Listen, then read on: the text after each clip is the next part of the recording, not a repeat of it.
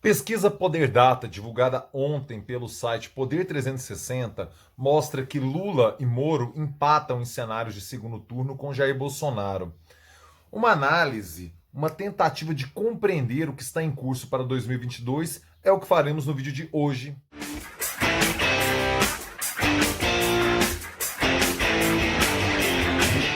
Fala aí, rapaziada, tudo beleza? Bora começar o vídeo de hoje, dessa sexta-feira, dia 18 de setembro de 2020, com aquele pedido. Meu filho, minha filha, se inscreva aqui no canal, não vacile, rapaz. Por favor, se inscreva aqui agora, minha filha. Por quê? Porque você ganha conteúdo novo todo dia. Todo dia, Pablo? Sim, todo dia, meu filho. De segunda a segunda, de domingo a domingo, eu tô por aqui trazendo aquelas ideias tortas que eu sei que você gosta. Democracia, política, cultura, cidadania, esportes. Eu não sei porque eu tô com esporte na cabeça, porque eu nunca falo esportes.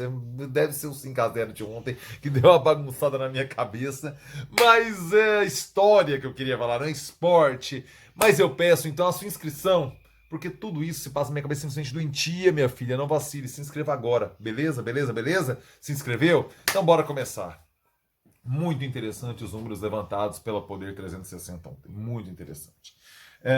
E aí a gente vai tentar interpretar algumas coisas essenciais para que você faça uma leitura mais científica e menos apaixonada do que está acontecendo, do que está em curso para o 2022.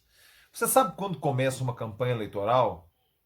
Quando termina uma votação. Quando fecha as urnas e dá o resultado, começa a próxima campanha eleitoral. A gente sabe que Jair Bolsonaro, à exceção de outros presidentes, ele já iniciou seu processo de 2022 em 2019. Está em curso esse processo de Jair Bolsonaro. A sua tentativa de permanecer no cargo em 2022 até 2026 está em curso desde que ele pisou pela primeira vez ali desde que ele vestiu a faixa presidencial. Isso aí está dado, beleza? O cenário de Bolsonaro havia melhorado recentemente, devido, a gente sabe, entender, compreender os dados, devido ao auxílio emergencial, Bolsonaro conseguiu galgar um acréscimo em sua popularidade, mas aparentemente isso está mudando. E essa pesquisa capta coisas muito interessantes. Primeira coisa que a gente tem que observar: a data em que as pessoas foram entrevistadas. Hoje, dia 18 de setembro, os pesquisadores do Data Poder, do Poder Data, eles mudaram o nome do instituto, né, Poder Data, eles ligaram, é uma pesquisa feita por telefone, eles ligaram para as pessoas entre os dias 14 e 16 de setembro. O que isso significa? Já está consolidado na cabeça das pessoas a questão da carestia dos alimentos, ou seja, o aumento da cesta básica, em particular o arroz, que virou icônico nesse processo, embora não seja o único que tenha passado por aumento de preços. A gente tem a carne, a gente tem o óleo de soja, a gente tem a cebola, temos outros produtos da cesta básica do povo brasileiro que sofreram acréscimo, ou seja, a pesquisa já pesca esse sentimento na população, a pesquisa já pesca os dois discursos do dia de 7 de setembro. A gente sabe que o discurso do Lula viralizou bastante nas redes sociais e já decanta um sentimento em relação a Sérgio Moro. Já uma distância histórica da sua saída do governo e já foi compreendido por parcela significativa da população que Moro e Bolsonaro não jogam mais no mesmo time. Pra gente que é viciado nesse trem, acaba acompanhando política todo dia, nós acabamos achando que a população é igual a nós, que já acompanha o noticiário, fica nervoso, debatendo tal, não sei o que. Não. Não é assim que a média do povo brasileiro lida com a política. As coisas demoram um tempo, tem um timing um pouco mais longo, principalmente em momentos de não eleição, para as pessoas. O cara tá preocupado com o dia a dia, velho. Ele tá com o vô morrendo de Covid, ele tá sem dinheiro, ele tá vendo arroz. É isso o que permeia a vida do brasileiro médio. Então vamos agora fazer uma leitura dos dados em um cenário em que Lula pode ser candidato. E aqui eu preciso fazer um parênteses. No momento, Lula não tem direitos políticos. Ele não pode disputar as eleições de 2022. Por quê? Porque ele é barrado pela lei da ficha limpa, certo? Isso está sendo questionado judicialmente por meio do julgamento da isenção de Sérgio Moro. Ou seja, Lula pediu ao Supremo a anulação dos seus processos.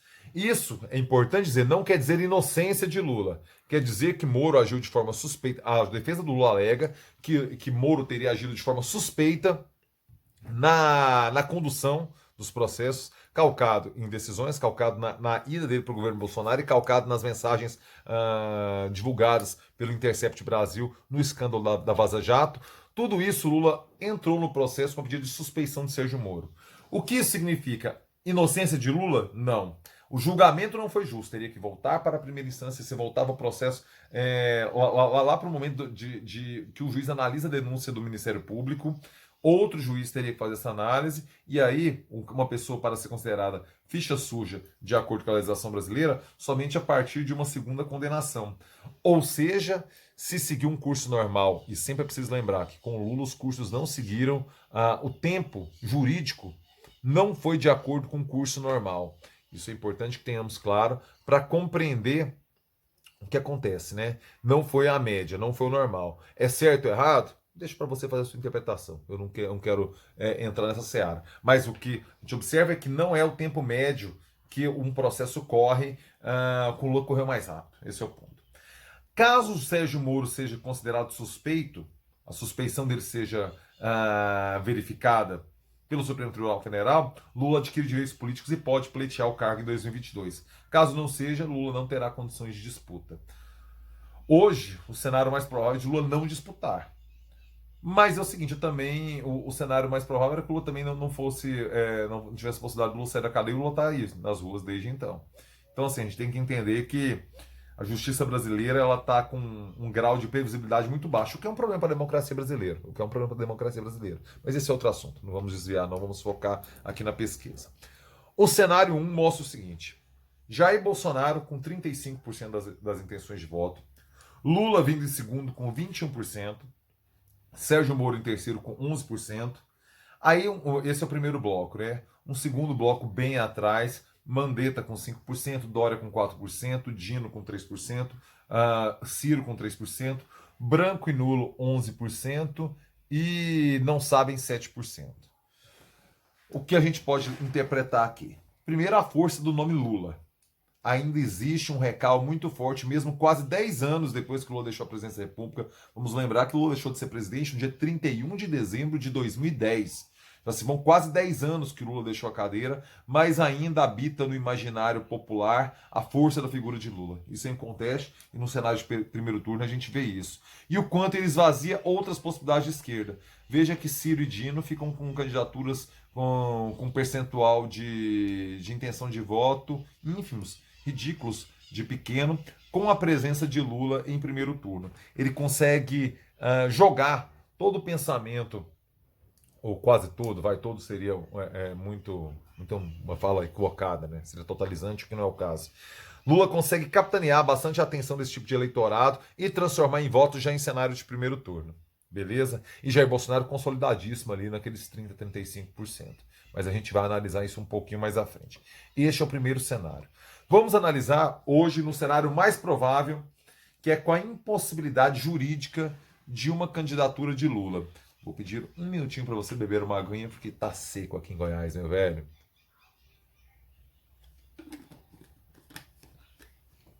A gargantinha não aguenta.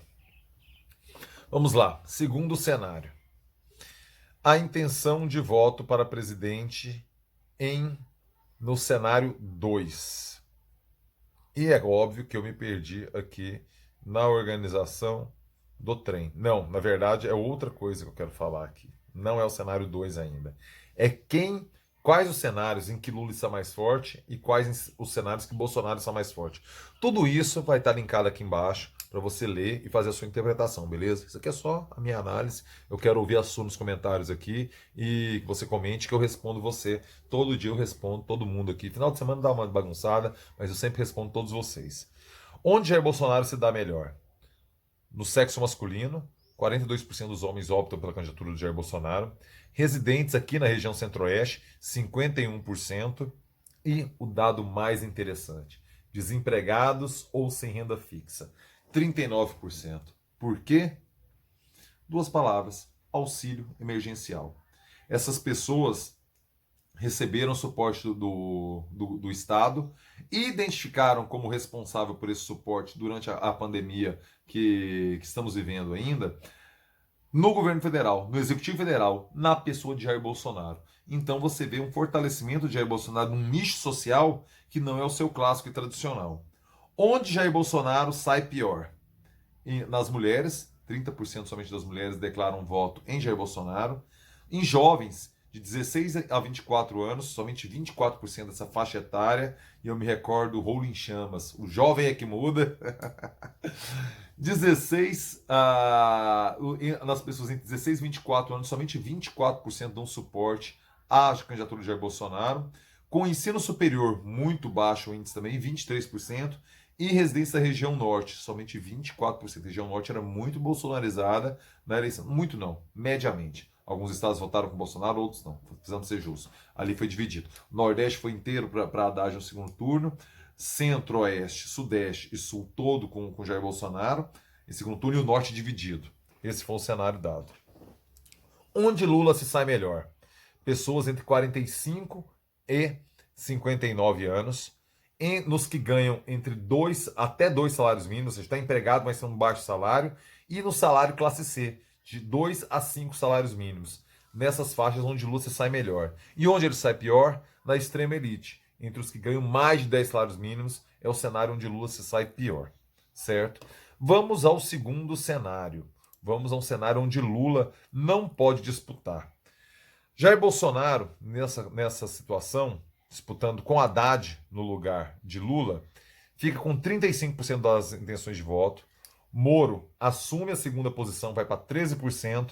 Haddad vai com 10%. Ciro sobe, vai para 7%. Mandetta aparece com 7%. Dória com 5% e Dino com 4%. O que podemos interpretar aqui?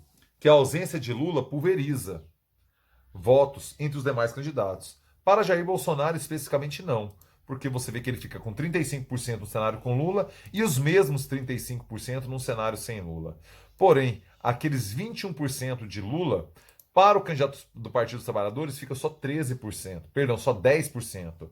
Moro salta de 11% para 13%. Esses são os números. Então, ou seja, aqueles eleitores que votam no Lula dispersam, não vão automaticamente para Haddad num cenário sem Lula. Agora, o mais interessante são os cenários de segundo turno. Aqui é que a coisa complica para Jair Bolsonaro. Em segundo turno, existe um empate entre Jair Bolsonaro e Lula em 41%. Branco, nulo e não sabem, 18%. Muito pau a pau essa disputa entre Lula e Jair Bolsonaro em cenário de segundo turno. Com Sérgio Moro, Bolsonaro fica levemente na frente, mas ainda dentro da margem de erro. Bolsonaro com 40%, Sérgio Moro com 37%. Veja você, e aqui nesse caso aumenta significativamente o percentual de pessoas que optam por branco, nulo ou não sabe. No cenário com Lula fica em 18%. No cenário com Sérgio Moro, adversário de Jair Bolsonaro, vai para 23%, ou seja, 5% de aumento. Tem pessoas que realmente não querem escolher entre Jair Bolsonaro e Sérgio Moro. Isso, o cenário coloca isso. Com o Haddad, um percentual dos votos do Lula vai para Jair Bolsonaro. Por quê? Fica basicamente dentro da margem de erro o mesmo percentual de branco, nulo e não sabe. Com Haddad, fica em 17%, com Lula 18%. Bolsonaro fica com 45%, Haddad com 38%. Ou seja, muita gente não vota no PT, vota no Lula. É uma questão do voto dele, pessoal. A sua capacidade de transferência não chega a esse ponto. Vamos com os outros candidatos. Com Ciro Gomes, o cenário fica 48% para Bolsonaro e Ciro Gomes com 33%. Dória semelhante, Jair Bolsonaro com 45%, Dória com 32%. Ou seja, o que a gente percebe é que existem dois candidatos efetivamente competitivos para Jair Bolsonaro em segundo turno, Lula e Sérgio Moro. Cada um com a sua abordagem, cada um com a sua leitura de mundo, mas eles que têm condições para enfrentar Jair Bolsonaro em segundo turno. Vamos lá, meu velho, o que isso representa? Que Jair Bolsonaro está bastante cristalizado nesse patamar de primeiro turno. Você vê que varia o cenário e ele fica ali naqueles 35%. E em segundo turno, a mesma coisa, é um candidato dificílimo de ser batido. Mas estamos em setembro de 2020. A eleição se dará em outubro de 22, ou seja, temos mais de 2 anos para chegar a esse ponto.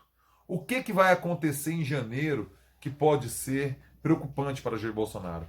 Fim do auxílio emergencial. Essa pesquisa ainda não colhe a insatisfação da redução de R$ 600 para R$ 300 do auxílio emergencial, certo?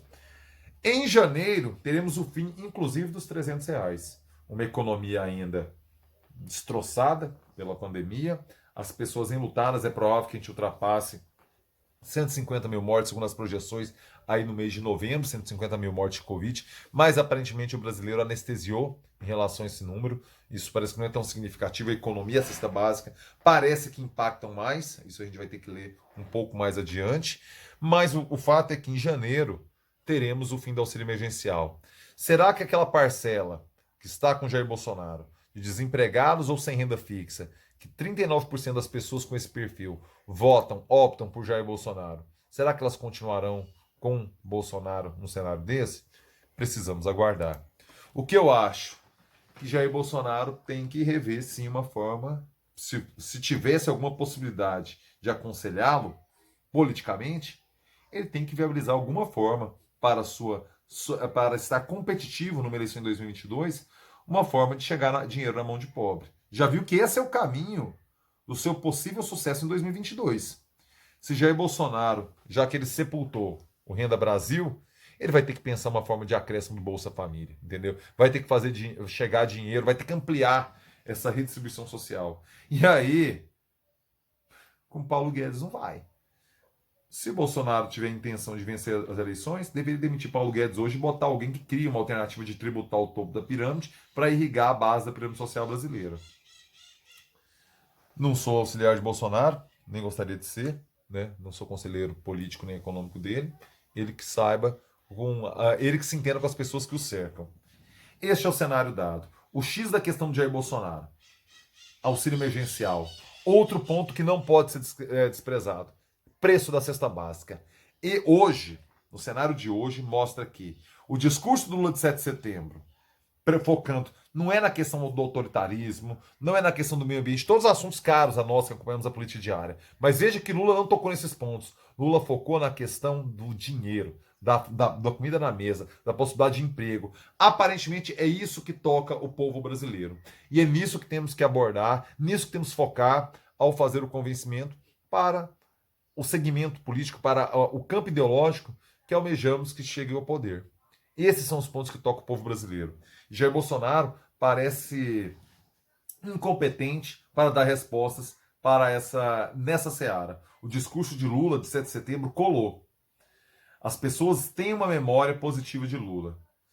Talvez, hoje provável, não sabemos amanhã, ele não tenha condições jurídicas para a disputa de 22. O candidato que conseguir incorporar essa pauta da economia, da cesta básica, da distribuição de renda, salta na frente. E é com isso que eu deixo.